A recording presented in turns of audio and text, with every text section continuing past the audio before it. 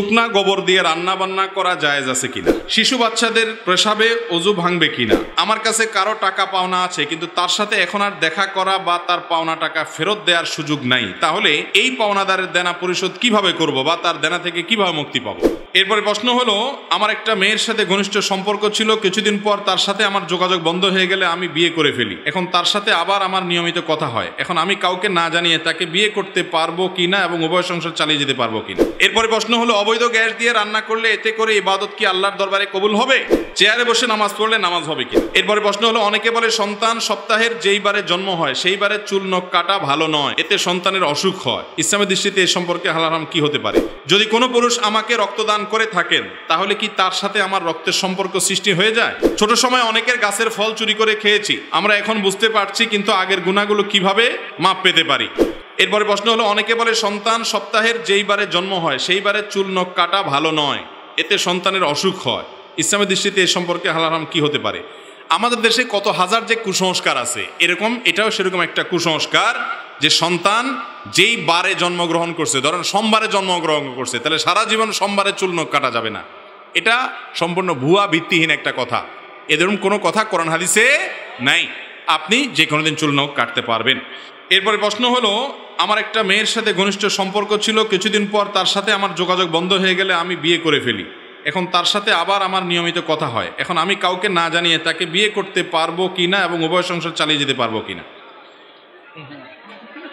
ভাই, যদি আপনার দুইটা বউ চালানোর মতো ক্ষমতা থাকে এবং আপনি দোনো স্ত্রীর প্রতি সমতা বজায় রাখতে পারবেন এরকম মানসিক আত্মবিশ্বাস আপনার যদি নিজের প্রতি নিজের কনফিডেন্ট থাকে যে না আমি বিয়ে করার পর কারোর প্রতি বেশি টানবো না, বরং আমি ইনসাফ বজায় রাখতে পারবো, জুলুম হবে না, কোনো অবিচার হবে না, আমি ইনশাআল্লাহ সব ঠিকঠাক মতো করতে পারবো, এটা যদি কনফিডেন্ট থাকে, আর্থিক সঙ্গতি যদি থাকে, শারীরিক সঙ্গতি যদি থাকে, আর প্রথম বউ এবং তার বাপের বাড়ির পক্ষ থেকে মাইদ্যত দিলে সেটা খাওয়ার যদি ক্ষমতা থাকে, তাহলে সেক্ষেত্রে আপনি করতে পারেন।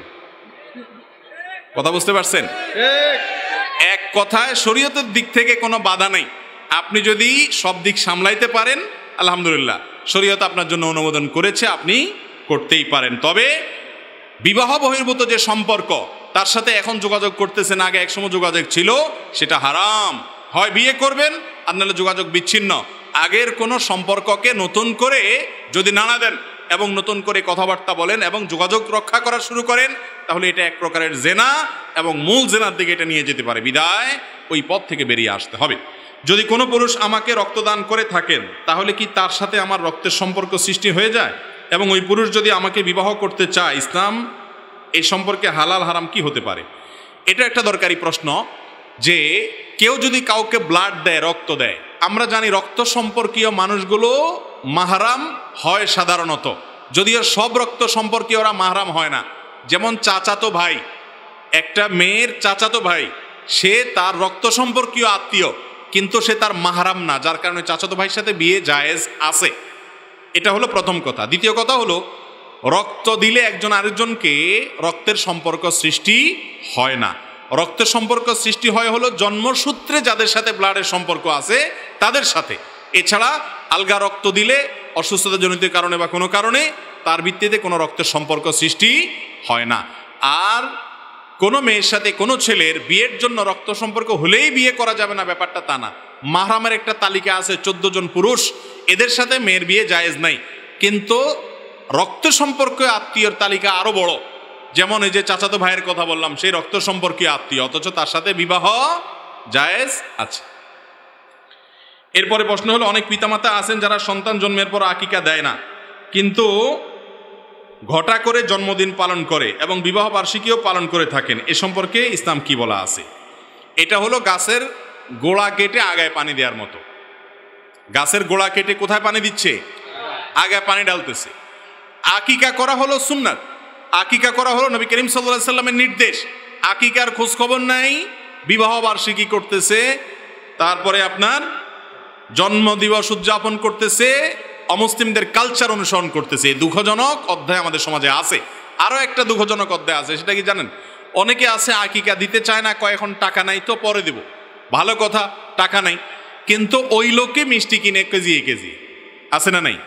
ছেলে হয়েছে মেয়ে হয়েছে মিষ্টি কিনে, আরে ভাই 10 কেজি মিষ্টি কিনতে যে টাকা যাচ্ছে এর সাথে আর কিছু দিলেই তো আকিকার ছাগলের টাকা হয়ে যায়, ঠিক না ঠিক? যারা মিষ্টি খাইতে চায় তারাও বোকা, যে খাওয়ায় সেও বোকা। যে খাওয়ায় সে বোকা কেন? কারণ সে সবাইকে মিষ্টি দিতে দিতে গড়ে ওই আকিকার সমান হয়ে যায়। মিষ্টি দিল কিন্তু ছাগল খাওয়াইলো না, তাহলে আকিকার সুন্নতটা মিস হয়ে গেল, অযথা টাকা নষ্ট হলো। আর অনেকে আছে ছেলে হয়েছে বলে ভাই মিষ্টি খাওয়ান। আরে ভাই আটার দলা খাবেন কেন? শরীয়ত তো, ইসলাম তো আপনাকে গোশতের টুকরা খাইতে বলছে, আকিকা সেটা না খায় আটার দলা খায়, আছে না নাই? তো এই জন্য সন্তানের জন্মের পর আপনি মিষ্টি কিনেন, কিন্তু আকিকা আপনাকে দেওয়ার চেষ্টা করা উচিত। আকিকা দিলে সন্তানের অনেক দিক থেকে কল্যাণ হয়, উপকারিতা হয় এবং বাবা মার বাধ্যগত থাকে। বিয়ে হয় যেই ছেলে মেয়ের বিয়েতে তাদের মতামত না নিয়ে অভিভাবক তাকে মোটা অঙ্কের অর্থ মোহরানা উল্লেখ করেন, ইসলামে মোহরানা সম্পর্কে কি বলা আছে? ভাইরা আমার, ছেলে মেয়ে পাত্রপাত্রী তাদের অনুমতি ছাড়া কোনো বিয়ে ইসলামে হবে না। বাবা মা যত জোর করুক, ছেলে বা মেয়ে যদি রাজি না হয় কোনোদিনই বিয়ে হবে না। অনেক মানুষ আছেন এই ভুলটা করেন, মনে করেন যে বাপ মা জোর করছে তাই রাজি হয়ে গেছে। না, যদি অজাগায় কুজাগায় খারাপ জায়গা দিতে চায় তাহলে রাজি হবেন না। অনেক বাপ মা আছেন টাকা ছাড়া আর কিচ্ছু বুঝে না। ছেলে বিয়ে করাইতেও দেখে একটা টাকার বস্তা, মেয়ে বিয়ে করাইতে দেখে একটা টাকার বস্তা, আর ছেলে বিয়ে করাইতে দেখে একটা টাকার বস্তা এবং ময়দার বস্তা একসাথে। অনেক বাপ মা এরকম আছে না নাই? এগুলো জায়েজ নয়। সন্তানদের বিশেষ করে তারা যদি ন্যায্য কোনো দাবি রাখে সেটা শুনতে হবে। আর বিয়েতে যৌতুক নেওয়া হারাম, এ টাকা পয়সা দেখে বিয়ে করাও উচিত না। আমি একটা রিক্সা ভাড়া করে যাওয়া আসার জন্য, কিন্তু শুধু যাওয়ার পর আমি আসার জন্য তাকে আর খুঁজে পাই নাই, এমন অবস্থা টাকা কি করব?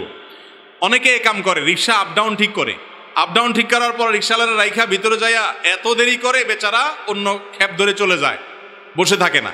তো কি করবেন? ওই যে খুঁজে খুঁজে রিক্সাওয়ালাকে বের করবেন, যদি খুঁজে না পান তার পক্ষ থেকে দান করে দিবেন। কিন্তু এটা উচিত না।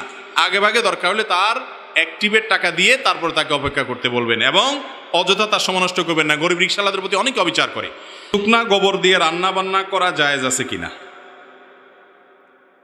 অনেকেই, অনেক মা চাচিরা শুকনা গোবর দিয়ে রান্না বাড়া করেন, অথবা বিভিন্ন যে খড়ি আছে খড়ির উপরে গোবরের প্রলেপ দিয়া তারপর রান্না বাড়া করে। তো এই প্রশ্ন উত্তর হলো যে গোবর যদি আগুনের জ্বালানি হিসাবে ব্যবহার করে পুড়িয়ে রান্নাবাড়া করা হয়, সে রান্নাবাড়া খাওয়া যাবে, এটা নাপাক হবে না, হারাম হওয়ার কোনো কারণ নাই। আপনাকে দেখতে হবে পাতিলের ভেতরে জিনিসটা কি। পাতিলের ভেতরের জিনিসটা যদি হালাল হয়, পাক হয়, তাহলে আপনার জন্য সেটা খাওয়া হালাল। আর গোবর যখন শুকিয়ে যায় তখন সেটা টাচ করলে বা ধরলে নাপাক হয় না সাধারণত, সচরাচর। যদি লাগলেই নাপাক হয়ে যায় না, তবে কাঁচা গোবর যেটা সেটা লাগলে নাপাক হয়ে যায়। অতএব শুকনা গোবর যদি রান্না করেন, হাতে লাগলেও তখন দুর্গন্ধ হয়, তাহলে ধুয়ে ফেলবেন, শেষ, আর কোনো অসুবিধা নাই। কিন্তু গোবর দিয়ে বা গোবর দিয়ে যে সমস্ত লাকড়ি বা আপনার জ্বালানি তৈরি করা হয় গ্রামাঞ্চলে, সেগুলা দিয়ে পুড়িয়ে সেগুলোকে জ্বালানি হিসেবে ব্যবহার করে রান্নাবাড়া করলে, ভাত তরকারি রান্না করলে সে খাওয়াতে কোনো অসুবিধা না। সে খাবার নাপাক হবে না, সেটা হারাম হবে। দেখতে হবে যে আপনি যেটা খাচ্ছেন, চাল ডাল যে টাকা দিয়ে কিনেছেন, সেটা কি হালাল নাকি হারাম, এটা হলো মূল বিষয়। এরপরে প্রশ্ন হলো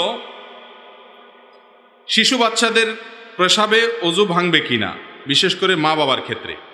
মা বাবার জন্য আলাদা কোনো মাসআলা নাই ভাই, ভাঙলে সবার ক্ষেত্রে ভাঙবে, আর না ভাঙলে কারোর ক্ষেত্রেই ভাঙবে না। অজু ভাঙার সম্পর্ক হলো যেই ব্যক্তি অজু করেছেন তার শরীর থেকে নাপাক বাইর হওয়ার সাথে। তার শরীর থেকে নাপাক বের হলে বা নাপাক বের হওয়ার আশঙ্কা তৈরি হলে, ঘুমালে নাপাক বের হতে পারে, বায়ু বের হতে পারে, তখন অজু ভঙ্গ হয়। বাচ্চার যদি পেশাব হয় তাহলে মা বাবার তো অজু যাওয়ার কারণ নাই, তবে সেই পেশাব যদি মা বাবার কাপড়ে লাগে, গায়ে লাগে, তাহলে যেই জায়গায় লাগবে সেই জায়গা নাপাক হবে। কথার কথা, বাচ্চা আপনার কোলে পেশাব করে দিছে, তাহলে ওই কোলে যে কাপড় চোপড়ে লাগছে ওইটুকু ধোবেন। আপনার রানে শরীরে যদি লেগে থাকে সেই জায়গাটা ধুয়ে ফেললে আপনি পাক হয়ে গেছেন। গোসল করতে হবে এমন কোনো কথা নাই, অজু তো যাবেই না, কারণ অজু যাবে তো আপনার শরীরে নাপাক হলে। অজু গেলে তো পিচ্চির গেছে, আপনার যাওয়ার তো কারণ নেই। কথা কি বুঝতে পারছেন? পেশাব বের হয়েছে পিচ্চির, তাহলে মা বাবার অজু যাবে কি দুঃখে? মা বাবার অজু যাবে না, তবে তাদের যে জায়গায় পেশাব লেগেছে ওটা নাপাক হবে। বাচ্চা যদি ছেলে হয় এবং দুগ্ধপোষ্য হয়, বাহিরের কোনো খাবারের উপর নির্ভরশীল না হয়, তাহলে তার পেশাব পাক করার জন্য দুইটা পদ্ধতি আছে। একটা হলো নর্মাল পদ্ধতি, পানি ধুয়ে ভালো করে চিবায় কাপড় চোপড় ধুইলেন, আর ফ্লোরে লাগলে তো আর চিবানো যাবে না, পানি ঢেলে দিবেন এবং মুছে ফেলবেন। এটা হলো সাধারণ পদ্ধতি। আর আরেকটা পদ্ধতি আছে, সেটা হলো ছেলে বাচ্চা যদি দুগ্ধপোষ্য হয়, শুধু মায়ের বুকের দুধের উপরে নির্ভরশীল হয়, এই বাচ্চা পেশাব করে দিলে যতদিন পর্যন্ত বাইরের খাবার না খায়, শুধু মায়ের দুধের উপর নির্ভরশীল হয়, এই বাচ্চার পেশাবের উপরে পানির ছিটা দিলেও সেটা পাক হয় বিভিন্ন বর্ণা থেকে, এরকমটিও জানা যায়। কিন্তু যখন কন্যা শিশু হবে তখন সেক্ষেত্রে সাধারণ নিয়মে, অর্থাৎ প্রথম নিয়মটাই শুধু প্রযোজ্য হবে, ছেলের ক্ষেত্রে দুইটাই প্রযোজ্য হবে। কেন আপনি জিজ্ঞেস করবেন, এই কেনর উত্তর আল্লাহ এবং তার রাসূল সাল্লাল্লাহু আলাইহি সাল্লাম ভালো জানেন। কারণ কোরআন হাদিসে যদি কোনো কিছু বলা থাকে, তার একটা নয় শত কেন আছে তার পেছনে, কিন্তু সব কেনর উত্তর যদি আপনি জেনে যান, তাহলে আপনি তো নিজেই আল্লাহর সমস্ত রহস্য জেনে গেলেন। তাহলে আপনি সৃষ্টি আর স্রষ্টার পার্থক্য থাকলো। কথা কি বুঝাতে পারছি? এরপরে প্রশ্ন হলো, আমার কাছে কারো টাকা পাওনা আছে, কিন্তু তার সাথে এখন আর দেখা করা বা তার পাওনা টাকা ফেরত দেওয়ার সুযোগ নাই, তাহলে এই পাওনাদারের দেনা পরিশোধ কিভাবে করব বা তার দেনা থেকে কিভাবে মুক্তি পাব? দেখুন, কারোর টাকা আপনার কাছে আছে, বেচারা পাওনাদার, তাকে আর খুঁজে বের করা সম্ভব না, এরকম যদি হয় তাহলে প্রথমত চেষ্টা করবেন বের করার। ওই লোককে না পাইলে তার সন্তানদেরকে দিয়ে আসবেন, তাদেরকেও খুঁজে পাওয়া যাবে না, সম্ভাবনা নাই, তাহলে ওই টাকাটা কোনো গরিব মানুষকে দান করে দিবেন, কোনো দানের খাতে দিয়ে দিবেন, সাদাকার খাতে দিয়ে দিবেন। ওই ব্যক্তির তরফ থেকে নিয়ত করবেন, আল্লাহ, যেই বেচারা আমার কাছ থেকে টাকা পাইতো তাকে তো আমি খুঁজে পাচ্ছি না, এই টাকাটা আমি দান করে দিলাম, গরিব মানুষকে দিলাম, এই টাকার যে সওয়াব তার অ্যাকাউন্টে জমা করে দিও। এর মাধ্যমে আপনি দায়মুক্ত হতে পারেন ইনশাআল্লাহ। এরপরে প্রশ্ন হলো, অবৈধ গ্যাস দিয়ে রান্না করলে এতে করে ইবাদত কি আল্লাহর দরবারে কবুল হবে? অবৈধ গ্যাস বা চোরাই গ্যাস, লাইনের গ্যাস দিয়ে যদি রান্না বাড়া করেন, তাহলে সেক্ষেত্রে আপনি যেই খাবারটা খেলেন সেই খাবারটা তো হালাল খেয়েছেন, পাতিলের ভিতরে জিনিসটা তো হালাল, ঠিক আছে, কিন্তু যেই গ্যাসটা দিয়ে আপনি রান্না করলেন গ্যাসটা তো চোরাই গ্যাস, তাহলে আপনি চোর হলেন, চুরি করলেন। এটাও উপার্জন, হারাম উপার্জন যদি হয়। হারাম শুধু ভক্ষণ না, ভক্ষণ করলেন হয়তো হালাল, কিন্তু কাপড়টা আপনার শরীরে হারাম, গ্যাসটা আপনি যেটা ব্যবহার করতেছেন সেটা হারাম, বা আপনার অন্য কোনো কিছু হারাম, যে বাড়িটা তৈরি করেছেন যেটাতে থাকেন সেটা হারাম, তাহলে আপনি হারামখোর। হারামখোর মানে এই না শুধু যে শুধু আপনি যেটা খাচ্ছেন সেটাই শুধু খেলে হারাম হলে হারাম, এটা ছাড়াও আপনার এই আসবাবপত্র অন্যান্য কোনো হারাম যদি আপনি উপার্জন করেন সেটাও হারাম, ওইগুলোর কারণে মানুষ হারামখোর হয়। অতএব যদি অবৈধ কোনো গ্যাস লাইন ব্যবহার করেন তাহলে সেক্ষেত্রে আপনি হারামখোর এবং হারাম খাচ্ছেন, আর হারাম খেলে তার দোয়া কবুল হয় না, ইবাদত বন্দেগী কবুল হয় না। এতক্ষণ আমরা রমজানের প্রস্তুতি নিয়ে অনেক কথা বলছি, অনেক ওয়াজ করছি, কোনো ওয়াজে কাজ হবে না যদি আপনি হারাম খান। ভাইরা আমার, অনেক লোক আছে আমাদের দেশে, অনেক মানুষ আছে যে এই কাজগুলাকে হারাম মনে করে না। উনি ঘুষ খায় না, উনি সুদের কারবার করে না, উনি অন্য অন্যায় কাজ করে না, উনি মানুষের পেটে ছুরি মারে না, উনি রাস্তায় দাঁড়ায় ডাকাতি করে না, উনি ছিনতাই করে না, উনি দুর্নীতি করে না, কিন্তু উনি গ্যাসের লাইন চুরি করে। উনি মনে করে যে না, এটাতে কোনো ব্যাপার না। আছে না? না এরকম লোক আছে। ভাইরা আমার, ডেঞ্জারাস অপরাধ। কারণ বিশেষ করে গ্যাস জাতীয় সম্পদ, এটার চুরি করার মানে বুঝেন? আমি সব সময় বলি, এটার চুরি করার মানে হলো আপনি জাতীয় চোর। জাতীয় সম্পদ যারা চুরি করে তারা কি জাতীয় চোর। একজনের টাকা চুরি করেছে, সে স্থানীয় চোর। বুঝতে পেরেছেন? একজন এলাকার একজনের টাকা চুরি করেছে, জিনিস চুরি করেছে, সে হলো স্থানীয় চোর। আরেকজন সরকারি চাকরি করে অথবা সরকারি চাকরির সুযোগ নেয় কিন্তু সরকারের গ্যাস চুরি করে, এই দুইজন হলো জাতীয় চোর। কারণ জাতির সম্পদ চুরি করতেছে। কিয়ামতের ময়দানে 18 কোটি মানুষ যারা এটার মালিক, তাদের সবার বিরুদ্ধে তাকে মামলায় লড়তে হবে। এত লোকজন বাদী হবে, সবার হক নষ্ট করেছে সে, কারণ এটার মালিকানা সবার, ঠিক না বে ঠিক? অতএব খুব সাবধান। প্রয়োজনে লাকড়ির চুলা ব্যবহার করেন, অন্য কোনো পদ্ধতিতে যান, এলপি গ্যাস ব্যবহার করেন, কিন্তু খবরদার এটা করবেন না। অনেক ভাই আছেন নিজে ভাড়াটিয়া, তিনি অন্য কোনো ব্যক্তির গ্যাস লাইন এর গ্যাস চুরি করেন, আছে না নাই? আবার অনেকে আছেন যে নিজে চুরি করেন না, কিন্তু মালিকরে ভাড়া দেন, বলেন যে মালিকে বুঝে, আমি তো জানি না, আমি তো তারে ভাড়া দিয়ে দিস। তো মালিক হলো বড় চোর, আপনি হলেন ছোট চোর, কারণ চোরের সহযোগিতাকারীও কি আল্লাহ তাআলা আমাদেরকে বেঁচে থাকার তৌফিক দান করুন। এরপরে প্রশ্ন হলো, চেয়ারে বসে নামাজ পড়লে নামাজ হবে কিনা। সারা বাংলাদেশে যে কয়েকটা প্রশ্ন ঘুরে ফিরে সবচেয়ে বেশি আসে, এই প্রশ্নটা তার মধ্যে একটা। কারণ হলো আজকাল চেয়ারম্যানের সংখ্যা এত বাড়ছে, মসজিদে 10 জন 20 জন 30 জন করে চেয়ারম্যান, মানে চেয়ারম্যান মানে চেয়ারে বসে নামাজ পড়ে আর কি। এখন কি মসজিদ না ওইটা কোনো আকিস প্লাস্টিকের দোকান, এটা বোঝা কঠিন। এত প্লাস্টিকের চেয়ার, আরে ভাই আজ থেকে 10 বছর আগে মসজিদে এত চেয়ার ছিল? এত মাজা ব্যথার রোগী কোত্থেকে বাড়ছে?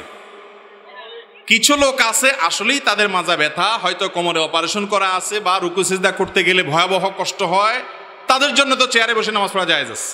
কিন্তু কিছু লোক আছে শরীরটা একটু খারাপ লাগলে চেয়ারে বসে নামাজ পড়া শুরু করে দেয়, আছে না নাই? এই ফ্যাশন টাইপের নামাজ পড়লে সেটা আল্লাহর কাছে কবুল হবে। সব জায়গায় ফ্যাশনগিরি দেখালে চলবে না ভাই। আহকামুল হাকিমিনের সামনে আপনি ভাব ধরে বসে বসে নামাজ পড়বেন, এই নামাজ আল্লাহ তাআলা কবুল করবেন না। অতএব সাবধান থাকতে হবে। চেয়ারে বসে নামাজ হবে, শর্ত হলো ওই যে যদি আপনি নিরুপায় হন, আপনি অসুস্থ হন, আপনি অপারগ হন, আপনি মাযুর হন, তাহলে আপনারটা কি আছে, চেয়ারে বসে আদায় করা জায়েজ আছে। আর একটু শরীরটা আজকে খারাপ লাগতেছে এই জন্য আজকে চেয়ারে বসে গেলাম, জি না, এটা করা যাবে না। অনেক লোক আছে গাছে উঠে খেতে মাশাআল্লাহ 2-4 ঘন্টা এরকম উপর হইয়া হইয়া ধান ক্ষেত নিরায়, সব ঠিক আছে। মসজিদে আসলে কয় চেয়ারটা দাও, ইমাম সাহেব মুয়াজ্জিন সাহেব চেয়ারটা দেন, চেয়ারটা টাইনা নামাজ পড়ে, আছে না নাই? এটা নামাজ হবে না। হ্যাঁ, আপনি আসলেই অসুস্থ হলে, রুকু সিজদা অপারগ হলে দাঁড়াইতে পারেন তাহলে দাঁড়াবেন, রুকুরটা সিজদারটা চেয়ারে বসে ইশারা করে করবেন, জায়েজ আছে। আর যদি দাঁড়ানো থেকে বসারও ক্ষমতা নাই, কষ্ট হয়, অনেক গর্ভবতী মা আছেন যে 7-8-9 মাসের দিকে চলে গেলে শরীরে এত ভার হয়ে যায়, রিস্ক হয়ে যায় পড়ে যাওয়ার, তারা বসে বা চেয়ারে নামাজ পড়তে পারবেন। এটা হলো মাজুর এবং সত্যিকারের অপারগ ব্যক্তির জন্য। একটু শরীর খারাপ, একটু আজকে ভালো লাগতেছে না, দুর্বল লাগতেছে, আর চেয়ারে বসে নামাজ শুরু করলাম, হবে না। এরপরে প্রশ্ন হলো, ইমাম সাহেব আসরের নামাজ ভুলে 3 রাকাত পড়ে ফেললে আবার কি পুনরায় 4 রাকাত নামাজ আদায় করতে হবে? ইমাম সাহেব আসরের নামাজ বা জোহরের নামাজ বা এশার নামাজ, যে কোনো নামাজ যত রাকাত পড়ার কথা তার আগের রাকাতে বসে গেছে, 4 রাকাত আরেকটা 3 রাকাতে বসে গেছে। মুসল্লি হিসাবে, মুক্তাদি হিসাবে আমরা পিছনে যারা আছি তারা লোকমা দেব, কি দিতে হবে? ভুল ধরায় দিতে হবে। ভুল ধরাবেন কি বলে? মাশাআল্লাহ, এলাকার মানুষ তো অনেক ভালো জানে, দেখা যায়। সুবহানাল্লাহ না আল্লাহু আকবার, মাশাআল্লাহ মাশাআল্লাহ। এই মাশাআল্লাহ তো বেশিরভাগ মানুষ জানে না, আপনারা কিভাবে জানলেন? আমাদের দেশে বেশিরভাগ মানুষ ইমাম সাহেব লোকমা দেয় আল্লাহু আকবার দিয়া, আল্লাহু আকবার দিয়া না, কি দিয়া লোকমা দিতে হবে? সুবহানাল্লাহ দিয়ে। কেন জানেন? কারণ সুবহানাল্লাহ বলতে হয় আশ্চর্যজনক কিছু দেখলে, সেটা ইতিবাচকভাবে আশ্চর্যজনক হতে পারে, নেতিবাচকভাবে হতে পারে। আপনি বিশাল বড় একটা কাঁঠাল দেখলেন, দেখে বললেন সুবহানাল্লাহ, আশ্চর্য, আল্লাহ পবিত্র। আবার কোনো ভুল কিছু দেখলেন, অন্যায় কিছু দেখলেন, তাও বললেন সুবহানাল্লাহ, আল্লাহ পবিত্র। এটা আশ্চর্যজনক কিছু দেখে বলতে হয়। আল্লাহু আকবার বলতে হয় কোনো অর্জন হয়ে গেল, আল্লাহু আকবার, বড় কিছু ঘটে গেছে। এখন ইমাম সাহেব 4 রাকাতের জায়গায় 3 রাকাত নামাজ পড়ে ফেলছে, আপনারা সব বলছেন আল্লাহু আকবার, মানে ইমাম সাহেব কিছু একটা ঘটে ফেলছেন। আপনি আসলে তো ঘটায় নাই, ওটা বড় ভুল হয়েছে, তাই না? এই জন্য সুবহানাল্লাহ বলতে হয়। তো 4 রাকাত আলা নামাজ ইমাম যদি 3 রাকাতে বসে যান, তাহলে মুসল্লিরা পেছন থেকে সুবহানাল্লাহ বলে উঠবে, ইমাম সাহেব দাঁড়ায় যাবে। আর যদি ইমাম সাহেব মুসল্লি সব এক গ্রুপের লোক হয়, অর্থাৎ কারোর কোনো খবর টবর নাই, 3 রাকাত 4 রাকাত হুঁশদিশ কিছু নাই, সব তাদের চিন্তাধারা আরশে আজিমের উপরে ছিল বা সিদরাতুল মুনতাহা বা উপরের জগতে ছিল, খবর নাই কয় রাকাত হয়েছে, এরকম যদি হয় তাহলে কি করবে? তাহলে সেক্ষেত্রে ইমাম সাহেব সালাম ফেরানোর পর যদি টের পায় যে রাকাত 3টা হয়েছে আর ইমাম সাহেব কথাবার্তা না বলে থাকে, দাঁড়ায় যাবে, দাঁড়া আরেক রাকাত পড়ে সিজদা সৌদি নিবে, নামাজ হয়ে যাবে। আর যদি কথাবার্তা বলছে, উঠা বসা করছে, এদিক সেদিক গেছে, এরপরে ধরা পড়ছে রাকাত সংখ্যা কম ছিল, তাহলে এবার কি করবে? আবার শুরু থেকে নামাজ পড়তে হবে। আজকাল তো রাকাত সংখ্যা কম না বেশি এটা নিয়েও মুসল্লিরা সন্দেহের মধ্যে পড়ে যায়। ওই যে একটা গল্প আছে না, যে কোন বেটা একবার ইমাম সাহেবকে বলছে, হুজুর রাকাত আজকে 3টা হয়েছে, 4টা হয়নি। বলে কিভাবে 3টা? কেউ ধরতে পারলো না, আমারও সন্দেহ হচ্ছে না, তুমি কিভাবে নিশ্চিত হইলা? বলে যে আমি 100% নিশ্চিত 3টা হয়েছে রাকাত। বলেছে কিভাবে হইলা?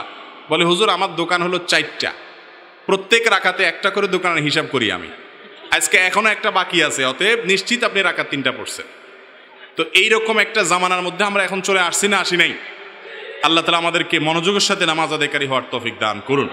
তো ইমাম সাহেবের ভুল হওয়াটা অস্বাভাবিক না। আবার এটা আরেক মুসিবত, আমাদের দেশে ইমাম সাহেবদের ভুল হলে আর রক্ষা নেই। মুসল্লিরা মনে করে হায় হায় ইমাম সাহেবের আবার ভুল হবে কেন? ভাইরা আমার, এটা মূর্খতা। যে মানুষ ইমাম সাহেবের ভুলে আশ্চর্য হয় সে মানুষটা হলো মূর্খ। কারণ ইমাম সাহেব মানুষ, তার ভুল হতে পারে। ইমাম সাহেব তো ইমাম সাহেব। স্বয়ং রসুল করিম সাল্লাল্লাহু আলাইহি সাল্লাম একবার নামাজের রাকাত সংখ্যা তার ভুল হয়ে গিয়েছিল। সালাম ফিরানোর পরে সাহাবীরা পেছন থেকে বললেন, ইয়া রাসূলুল্লাহ আনাসিতা আম কুসিরাতিস সালাহ, আপনি ভুলে গেছেন নাকি রাকাত একটা কমাই দিয়েছে আল্লাহ তাআলা? সাহাবীরা পেছন থেকে বলতেছে। তাহলে রাসূল আকরাম সাল্লাল্লাহু আলাইহি সাল্লামের যদি রাকাত সংখ্যা ভুল হয়, আপনার ইমাম সাহেবের হতে পারে কি পারে না? আমাদের সমাজের বেশিরভাগ মানুষ চায় আমরা নিজেরা চোর, বাটপার, দুর্নীতিবাজ, টুনচোর, গমচোর, 2 নম্বর, মিথ্যুক, বাট, যত রকমের বদমাইশি আছে সব করব, আর আমাদের ইমাম সাহেবটা হবে একেবারে ফেরেশতার মতো সোজা। ইমাম সাহেবটা হবে এরকম যে সে ভাজা মাছটা উল্টে খেতে পারে না, আর আমি হব দুনিয়ার বাটপার। এটা কোনো আদর্শ মুসল্লি বা মুক্তাদির কাজ হতে। এই দেশে যত ফতোয়াবাজি, যত মাসআলা দিয়া খোঁচাখুচি, এগুলো সব 2 শ্রেণী মানুষের বিরুদ্ধে হয়। এক হলো মহিলাদের বিরুদ্ধে, আর একটা হলো হুজুরদের, ইমাম সাহেবদের বিরুদ্ধে। সব হুজুর না, ইমাম সাহেবদের বিরুদ্ধে যত খোঁচাখুচি মাসআলা মানুষ জিজ্ঞেস করে। ঠিক না ঠিক ভাইরা আমার? অতএব মনে রাখতে হবে ইমাম সাহেব বেচারার ভুল হতে, শুধু ভুল হতে পারে তা না। এই যে আপনার কাবার ইমাম সাহেবরা, তাদের তেলাওয়াতের মধ্যে একবার সম্ভবত সূরা কুল কাফিরুন না জানি সূরা ফাতিহাতে হারামের একজন বড় ইমামের ভুল হয়েছে, আয়াত উনি পাচ্ছেনই না, পেছন থেকে লোকমা দিতে দিতে তারপরে লাইন পাইছে। আমাদের দেশে হলে বলতো যে এই লোকরই ইমাম বানাইছে যে এত ছোট্ট সূরা ভুল করে বসে আছে। আপনারা ইমাম সাহেবদের ভুলটাকে খুব কঠিনভাবে দেখার কারণে এই যে রমজান আসতেছে, অনেক মসজিদের হাফেজ সাহেবরা তারা নিজেরা একটা সিস্টেম করে নেয়, মাইতোরা হাজি বগয়ম তুমোরা হাজি বগ। বুঝেন? মানে হলো তোমারে আমি হাজি সাহেব বলবো, আমার তুমি হাজি সাহেব বলবো। তোমার ভুল হবে আমি ধরবো না, আমার ভুল হবে তুমি ধরবো না, আমরা পরে হিসাব নিকাশ করে নেবো। কারণ মুসল্লি এগুলার সব যে পরিমাণ মূর্খ সূর্খ, ভুল হলে বলবো কি হাফেজ সাহেব নিয়ে আইছে, ভুল হয় কেন? ভুল হওয়া মানুষের কাজ না, মানুষের স্বভাব না, মানুষ মানেই ভুল। অতএব এটাকে অনেক বড় করে দেখা যাবে না। ইমাম সাহেবদের ভুল হলে সেটাকে নিয়ে আশ্চর্য হওয়ার, ট্রল করার কিছু না। তবে হ্যাঁ, অমনোযোগিতা থাকাটা দোষের, সেটা ইমাম সাহেব হোক আর মুক্তাদি সাহেব হোক, সবার জন্যই সমান। তাহলে ইমাম সাহেবের ভুল হলে ধরায় দিবেন। যদি নামাজের পরে কথাবার্তা বলেন, তারপরে যে দোকানদার আইসা বলে যে হিসাব একটার কম রয়ে গেছে, কথা বলে ফেলছেন, উঠে পড়ছেন, তাহলে নতুন করে নামাজটা জায়গা পড়বেন। এরপরে প্রশ্ন হলো, স্ত্রী অপবিত্র অবস্থায় গোসল না করে ঘরের সব কাজ করতে পারবে কি না?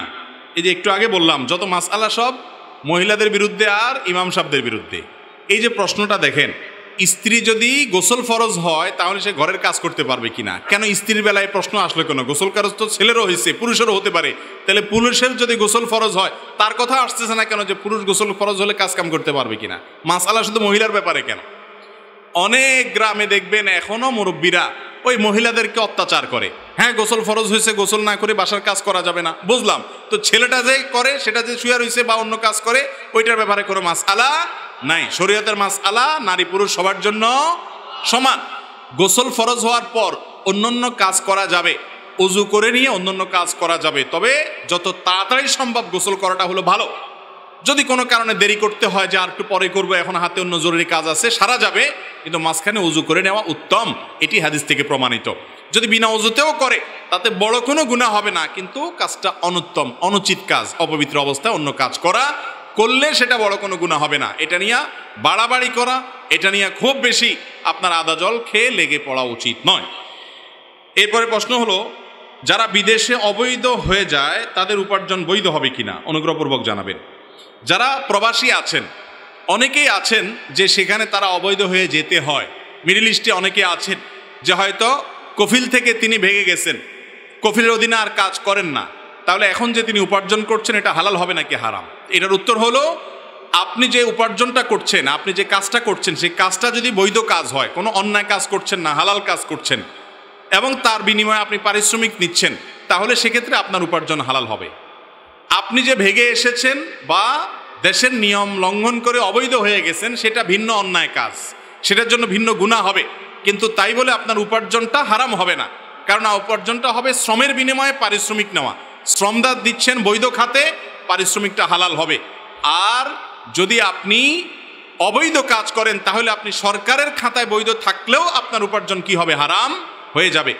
তবে প্রবাসে যারা আছেন, বিশেষ করে মিডল ইস্টে, আমি জানি যে তাদের অনেকে আছেন অবৈধ হয়েছেন তারা সাধে না, কফিলের অত্যাচারে, কফিলের বাটপাড়ির কারণে সে মিথ্যা কথা বলেছে, প্রতারণা করেছে, জুলুম করছে, বাধ্য হয়ে সে পলায়ে যেতে হয়, আসারও রাস্তা থাকে না, নিরুপায় যদি হয় আল্লাহ তাআলা তাকে মাফ করবেন, ইনশাআল্লাহ তার কোনো গুনাহ হবে না। আর যদি কেউ কফিলকে বাটপারি করে, চিটারি করে, তাকে ফাঁকি দিয়ে বেশি টাকা কামানোর জন্য চলে যান, রাষ্ট্রের নিয়ম শৃঙ্খলা লঙ্ঘন করেন, যেটা আমাদের কল্যাণার্থী করা, যেটা শরিয়া বিরোধী কোনো কিছু না, সে সমস্ত সিস্টেম লঙ্ঘন করলেন এবং মানুষের সাথে, কফিলের সাথে, মালিকের সাথে প্রতারণা করলেন, তাহলে আপনার গুনাহ হবে। কিন্তু তাই বলে উপার্জন হারাম হবে না। উপার্জনের হালাল হওয়ার সম্পর্ক, হারাম হওয়ার সম্পর্ক হলো কি শ্রম দিচ্ছেন সেটার সাথে। এরপর প্রশ্ন হলো, আমি একবার হাঁটুতে ব্যথা পেয়েছিলাম, তারপর হাঁটুতে 4টা সেলাই করা হয়েছিল, যার কারণে ডাক্তার নিষেধ করলো পানি জাতীয় কোনো জিনিস দেওয়া নিষেধ। এমত অবস্থায় গোসল ফরজ হয়েছিল, এই অবস্থায় কি করা উচিত? কোনো ব্যক্তি হাত পা ভেঙে গেছে বা কাটাছিড়া হয়েছে, অপারেশন হয়েছে, এখন এই অবস্থায় যদি আল্লাহর বান্দার গোসল ফরজ হয় তিনি কি করবেন? উত্তর হলো, যদি তার ধরেন কথার কথা আঙ্গুল ভেঙে গেছে বা হাতে ব্যান্ডেজ আছে, অন্য সব ঠিকঠাক আছে, তাহলে সে ব্যান্ডেজের জায়গাটা বাদ দিয়ে বাকি শরীরে পানি দিয়ে তিনি গোসল করবেন, অথবা ওই জায়গাটাতে প্লাস্টিক পলিথিন কিছু বেঁধে তিনি গোসল করবেন যাতে পানি না লাগে, যদি পানি লাগলে সেটার ক্ষতি হবে। আর যদি এত বেশি জায়গা লেগেছে, কথার কথা বুকে অপারেশন, পেটে অপারেশন, এই জায়গা প্লাস্টিক দিয়ে গোটা শরীর ধোয়া সম্ভব না, এরকম যদি জটিল হয়, তাহলে সেক্ষেত্রে তিনি ফরজ গোসলের জন্য তায়াম্মুম করবেন। কি করবেন? মাটির উপর 2 হাত মেরে মুখ এবং আরবার হাত মেরে হাত মাসে করবেন, তার ফরজ গোসলের কাজ হয়ে যাবে। তায়াম্মুম শুধু ওযুর কাজ দেয় না, গোসলের কাজও দেয়। যদি আপনার গোসল করতে অপারগতা থাকে, তায়াম্মুম করলে গোসল হয়ে যাবে। তবে ওই নাপাক যদি শরীরে লেগে থাকে সেটা পানি দিয়ে অবশ্যই পাক করতে হবে, তারপর আপনি নামাজ পড়বেন। এরপরের প্রশ্ন হলো, আর যদি ব্যান্ডেজ দিয়ে আপনি যদি গোসল করেন তাহলে সেক্ষেত্রে ওই জায়গাটাতে উপরে ভিজা হাত দিয়ে ব্যান্ডেজের উপরে হালকা মুছে নেবেন শুধুমাত্র। ওযুর ক্ষেত্রে একই কথা, ব্যান্ডেজের উপরে মুছে নিলেই ওযু হয়ে যাবে। তারপর প্রশ্ন হলো, যোহরের 4 রাকাত সুন্নত পড়ে ইমামতি করা যাবে কি না, এবং এক ওয়াক্ত নামাজ কারণবশত না পড়ে অন্য ওয়াক্তের ইমামতি করা যাবে কিনা? ইমাম সাহেব যদি যোহরের আগে 4 রাকাত সুন্নত না পড়েন, তারপরেও তিনি যোহরের ফরজের ইমামতি করতে পারবেন। তবে যেই 4 রাকাত সুন্নত তার বাদ গেছে আগের, সেটা তিনি অবশ্যই পরে পড়ে দেওয়ার চেষ্টা করবেন। কারণ নবী করিম সাল্লাল্লাহু আলাইহি সাল্লামের একবার এরকম হয়েছে, মেহমান আসার কারণে উনি অনেক ব্যস্ত হয়ে পড়েছেন, যোহরের আগের 4 রাকাত সুন্নত পড়তে পারেন নাই, এই সুন্নাতটাই তিনি পরবর্তীতে পড়ে দিয়েছেন। এজন্য পরবর্তীতে পড়া উচিত। যদি কখনো কালে বদরে আর পড়া না হয়, বড় কোনো গুনাহ হবে না, হঠাৎ একদিন ছুটে গেছে, কিন্তু প্রায় এরকম করা বা নিয়মিত করা এটা অনুচিত, কারণ এই সুন্নাতটা নবী করিম সাল্লাল্লাহু আলাইহি সাল্লাম ছাড়তেন না, গুরুত্বপূর্ণ বিষয়, অতএব এটা করা উচিত। কিন্তু এর মানে এই না যে সুন্নত না পড়লে তার ইমামতি হবে না, সুন্নত না পড়লেও কি হবে? ইমামতি হয়ে যাবে। আর এক ওয়াক্ত নামাজ না পড়ে অন্য ওয়াক্তের ইমামতি করা যাবে কিনা, এর উত্তর অবশ্যই আগের ওয়াক্তের নামাজ পড়তে হবে, তারপরে পরের ওয়াক্তের নামাজ পড়বেন। ইমামতি করেন আর মুক্তাদি হন, যাই হন না কেন, আগের ওয়াক্ত, ধরেন ফজর নামাজ বাদ গেছে, তাহলে আপনার এখন জোহরের সময় হয়েছে, আগে জোহর পড়বেন না আগে ফজর পড়বেন, তারপরে কি পড়তে হবে? জোহর পড়তে হবে। এটা মুসল্লির জন্য তা, ইমামের জন্য তা। ছোট সময় অনেকের গাছের ফল চুরি করে খেয়েছি, আমরা এখন বুঝতে পারছি, কিন্তু আগের গুনাহগুলো কিভাবে মাপ পেতে পারি? এই চুরি করে নাই এমন মানুষ পাওয়া কঠিন। হুজুর, গায়রে হুজুর সবাই আমরা কম বয়স এই চুরিটা ছোটবেলায় আমাদের হয়ে গেছে, তাই না? এই জন্য এই প্রশ্নটা সব জায়গায় গেলেই পাবলিক করে প্রায়। দেখেন, ছোটবেলা যাদের গাছের ফল টল চুরি করে খাইছেন, বেশিরভাগই চাচা জ্যাঠা আশপাশে ময়মুরব্বী হবে, ঠিক না? কারণ আরেক গ্রামে করে তো যা চুরি করেন নাই। তো এই জন্য কারো সুপারি চুরি করে বিক্রি করে ফেলছেন, কারো ডাব চুরি করে খাইছেন, এগুলা ওই মুরব্বীরা বেঁচে থাকলে যা মাপ চাবেন। মাপ চাইলে কোনো মুরব্বী সাধারণত মাপ না করার কথা না, ঠিক না? ঠিক। এত বছর পরে যদি মাপ চান, চাচা মিয়া ঠিকই মাফ করে দিবে। আর যদি তাকে খুঁজে না পান বা মাপ চাইতে শরম হয়, তাহলে যে কোনোভাবে চাচা মিয়ার পকেটে টাকাটা ঢুকে দিতে পারলে আপনি বেঁচে যাবেন, বুঝতে পারছেন? আর না হলে তার পক্ষ থেকে দান করে দিবেন, যদি তাকে দেওয়ার সুযোগ না থাকে, তাতে আপনি মুক্ত হয়ে যাবেন। অনেক প্রতিষ্ঠান দায়ী থাকলে চাকরি দিতে চায় না, আমরা কি করব? যে প্রতিষ্ঠান চাকরি দিতে চায় না দায়ীর কারণে, সে প্রতিষ্ঠানে চাকরি করবেন না। তাতে যদি টাকা 2টা কমও হয়, আল্লাহ তাআলা তাতে কি দিবেন? বরকত দিবেন ইনশাআল্লাহ। আরে ভাই, জান্নাত পেতে চাইলে তো স্যাক্রিফাইস করতে হবে, ত্যাগ করতে হবে। সামান্য একটু চাকুরিকে স্যাক্রিফাইস না করতে পারলে আল্লাহর কাছে অনন্ত অসীমকালের জান্নাত কিভাবে আশা করবেন? এজন্য হিম্মত থাকতে হবে। অনেকেই এই ধরনের চাকরিকে স্যাক্রিফাইস করার পর দেখা গেছে আল্লাহ তাআলা তাকে আরো বেটার এবং ভালো কিছু দান করেছেন। সবাসের পর কি ফরজ গোসল না করে কাজকর্ম করা যাবে কিনা একটু আগে উত্তর দিয়ে ফেলেছি। ছেলে মেয়ে বড় হয়ে গেছে এ অজুহাতে অনেক স্বামী স্ত্রী সন্তান নেওয়া বন্ধ করে দেয়, এটা কতটুকু যৌক্তিক? খুব দরকারি একটা প্রশ্ন। অনেক দম্পতি এই কাজটা করেন, বলেন যে ছেলে মেয়ে এখন বড় হয়ে গেছে, তাদের সামনে বাচ্চা হলে তারা কি মনে করবে, এই জন্য আর বাচ্চা নেয় না। এটা খুবই জঘন্য একটা বিষয়। মনে রাখবেন, পশ্চিমা দুনিয়ার মানুষরা আমাদেরকে বুঝাইছে যে ছেলে হোক মেয়ে হোক দুইটা হলে সুখী পরিবার হওয়া যায়, ছোট পরিবার সুখী পরিবার। আমরা যে দেখি যত দুঃখ হয় আজকাল, বেশিরভাগ দুঃখ হয় হলো ওই তথাকথিত ছোট পরিবারের মধ্যে। ইহুদিরা এক সময় তারা যখন আমাদেরকে জন্ম নিয়ন্ত্রণের ফজিলত শুনাইতো, তারা পশ্চিমা দেশগুলোর রাস্তা রাস্তা 5টা 7টা 8টা তাদের বাচ্চা সাথে নিয়ে ঘুরে বেড়াইত। তারা নিজেরা ঠিকই বুঝে যে মানুষের মূল্য কত, জনসংখ্যা এটা কোনো বিপদ না, জনসংখ্যাকে জনসম্পদে রূপান্তরিত করতে না পারাটা হলো বিপদ। চায়নাতে এত মানুষ, চায়না গোটা দুনিয়ার বাণিজ্যিক নেতৃত্ব যারা দিচ্ছে তাদের মধ্যে একটা দেশ। অতএব জনসম্পদে রূপান্তর করতে হবে। বেশিরভাগ মা বাপ যারা জন্ম নিয়ন্ত্রণ করতে করতে ছেলে হোক মেয়ে হোক একটা বা দুইটা বেশি না হওয়াটাকে মনে করে আধুনিকতা, দেখবেন যে আল্লাহ মাফ করুক এদের জীবনে বেশিরভাগ ক্ষেত্রে বিপদ হয়। যাদের 5-6টা ছেলে মেয়ে হয়ে যায় দেখেন একটা না একটা মানুষ হয়, সবগুলো অমানুষ হয়, এটার পরিমাণ অনেক কম থাকে। বিধায় এ ব্যাপারে বিতশ্রদ্ধ থাকা উচিত না। ছেলে মেয়ে বড় হয়েছে এই অজুহাতে বাচ্চা আর নেব না, এটা কোনো জায়েজ হতে পারে না। হ্যাঁ, আপনার শারীরিক কোনো অসুবিধা আছে তাহলে আপনি সাময়িক জন্মবিরতিকরণের যে প্রক্রিয়া সেটা অবলম্বন করতে পারেন, কিন্তু এইটা কোনো গ্রহণযোগ্য অজুহাত না যে বাচ্চা বড় হয়ে গেছে এখন নিলে কেমন দেখা যায়, খারাপ দেখা যায়, এটা ভুল। স্বামী মারা গেছেন, এই অবস্থায় স্ত্রীর বিয়ে হওয়া দরকার, কিন্তু ছেলে মেয়ে বড় হয়ে গেছে, এখানে সন্তানদের দায়িত্ব কি? এ বিষয়ে গতকাল কক্সবাজারেও বলেছিলাম। আমাদের সমাজে অত্যন্ত জঘন্য বড় অনাচারগুলোর মধ্যে থেকে একটা হলো, কোনো মহিলার স্বামী মারা গেলে ওই মহিলা বিয়ে করলে সমাজের মানুষ সেটাকে খারাপ চোখে দেখে। আর কোনো বুড়ো বৃদ্ধ মানুষ যদি, বয়স্ক মানুষ যদি মারা যায়, তার স্ত্রী যদি থাকে অথবা কোনো মহিলা মারা যান তার স্বামী থাকে, ওই ভদ্রলোকের ছেলেরাই তার বিয়ে চায় না। ঠিক না বে ঠিক? বেশিরভাগ ছেলে মেয়েরা চায় 60 বছর 65 বছর বয়স হয়েছে বাপের, এখন আমার মা মারা গেছে, এই টাইমে বাপকে আর বিয়ে করতে দেওয়া যাবে না, কারণ বাপ বিয়ে করলে ভাগিদারের সংখ্যা বাড়বে। আছে না নাই? এই সন্তান হলো কুলাঙ্গার সন্তান। এই সন্তান হলো কি সন্তান? এই সন্তান হলো অমানুষ সন্তান, স্বার্থপর সন্তান, যে সন্তান শুধু নিজের স্বার্থ চিন্তা করে। মুরব্বীরা আগে থেকে বাচ্চাদের নামে, ছেলে মেয়েদের নামে জমি জমা লিখে দিয়া পরে কিন্তু এরকম ঝুলবেন, সব নিজের হাতে রাখবেন। খবরদার ছেলে মেয়েকে আগে থেকে কিচ্ছু লিখে দিবেন না, তাহলে সব সোজা হয়ে থাকবে। কথা কি বুঝাতে পারছি? অতএব বাবা মা তারা বয়স হয়ে গেলে, আপনার বাবা বেঁচে আছেন, মা মারা গেছেন, তার এখন সঙ্গী দরকার, কথা বলার জন্য একটা মানুষ দরকার। একাকী থাকতে পারে না, নির্জনতা অনেক কষ্টের, বৃদ্ধ বয়সে ডিপ্রেশনে ভোগে, এই জন্য তাদের দিকে তাকাতে হয়। যে কয়দিন আগে যে ভদ্রলোক পিস্তল দিয়ে আত্মহত্যা করে মারা গেলেন, সারা দেশ তোলপাড় হলো, তার স্ত্রী এক দেশে, বাচ্চারা এক দেশে, সে একা একা ডিপ্রেশনের মধ্যে থাকে।